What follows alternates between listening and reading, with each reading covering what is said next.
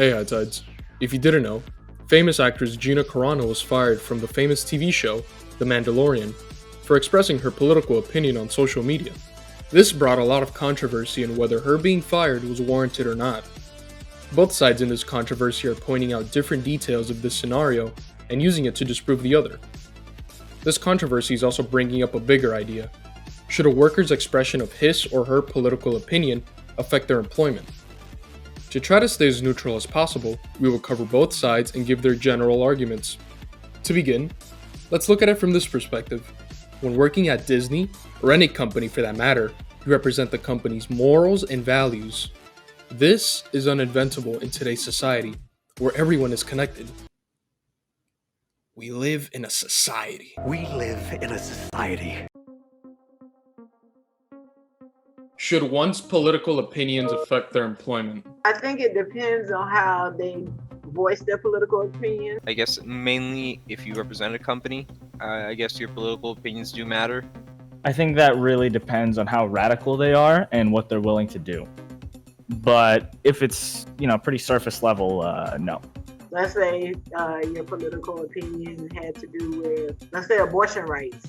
And you felt like abortion should not be legal, and you put dead fetuses all over social media and was just obnoxious with it. Then I think maybe. But I just think things should be done tastefully. You can express yourself without being so grotesque and inflammatory. Do you think that one person in a company can represent the entire company's morals and values? Yes. Let's say you have one person in a company that has a very radical view, and if the company acknowledges that and they still keep them, it's kind of like they're allowing it. A company faces themselves off of their employee and company culture, so I think it really does affect. Let me put it this way.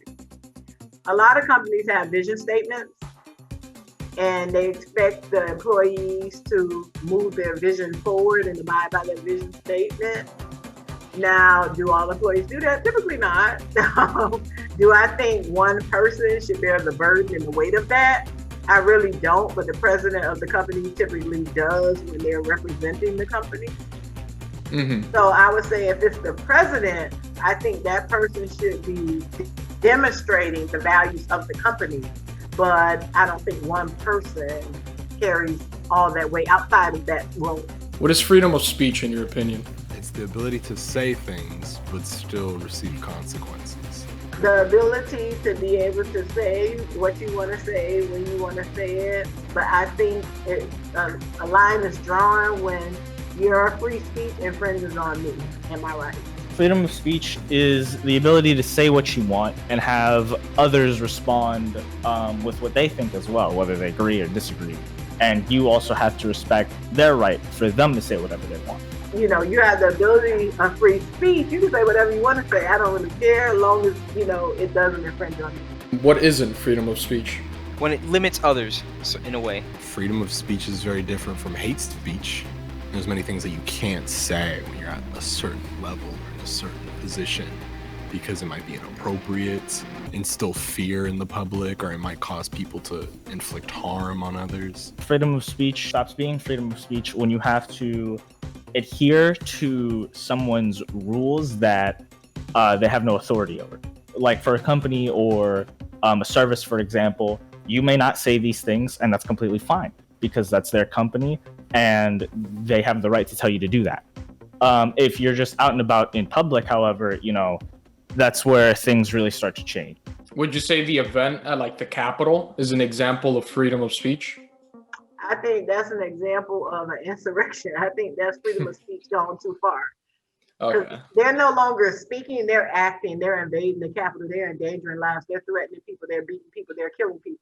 That's beyond freedom of speech. A lot of people still call it a protest, even though it's far from that, especially when you have people carrying Confederate flags and stuff. You could say that it's an example of where freedom of speech kind of falls short and is unfair. It can be skewed depending on who you're giving it to, because freedom of speech also comes with freedom of press, right? That's kind of in the same amendments and the same, thing. And in press, there's many ways that they skew the perspective or skew the way that people think about the person, depending on maybe their color, and then that now becomes like kind of hate speech at that point. When is the line drawn between free speech and hate speech? I think if you ask any person, it's going to be different depending on their experience and depending what they've gone through and stuff. If you have a person that has fallen down into a place that's really bad, because there's little kids who say things that are inappropriate as a joke. They'll say anything. Like they literally say anything. You'll have 14-year-old kids saying the worst possible things they could ever say, and that it would be considered hate speech coming from an adult, as obvious for obvious reasons. For those kids to be raised that way, you might find that there is a large ignorance that comes with it, to where they are more likely to say things that they wouldn't have if they grew up in a different environment. So I think that we should allow a place for growth, and we should allow people to kind of grow from their stupidity. When others are silenced, or you cannot receive criticism yourself?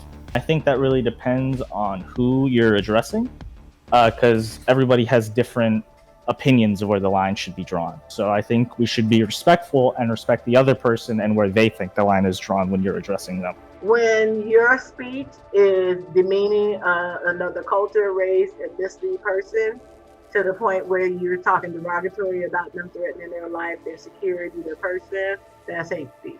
Thank you so much, Ms. Simmons. Okay, you're welcome. Send a check to my personal mailbox. Yeah, I got you. Now that we got these people's opinions on this, it's important to know what the First Amendment is and why it matters. Congress shall make no law respecting an establishment of religion, or prohibiting the free exercise thereof, or abridging the freedom of speech, or of the press, or the right of the people peaceably to assemble and to petition the government for a redress of grievances. What do you think of the Gina Carano situation? Did she break the ruling? Should she have been fired? Is it justified? Is it wrong? That's up to you to decide. See you next time.